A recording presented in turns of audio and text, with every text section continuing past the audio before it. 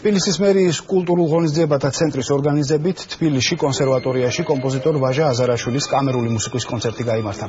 ღონისძიებაზე წარმოდგენილი იყო სრულიად ახალი ნაწარმოებები, რომლებიც პირველად შესრულდა. კონცერტი თბილისის განათლებისა და კულტურის ცენტრის მხარდაჭერით ჩატარდა. პირველად სრულდება ყველა ნაწარმოები. ეს არის მესამე სონატა ვიოლინის ფორტეპიანოს, პრელუდები ჩელოსა და ფორტეპიანოს, სიმებიანი კვინტეტი, მეორე განყოფილებაში იქნება 4 ახალი საფორტეპიანო პიესა. ძალიან კარგი შემსრულებლები მყავს, ძალიან მაღალ დონეზე ასრულებენ.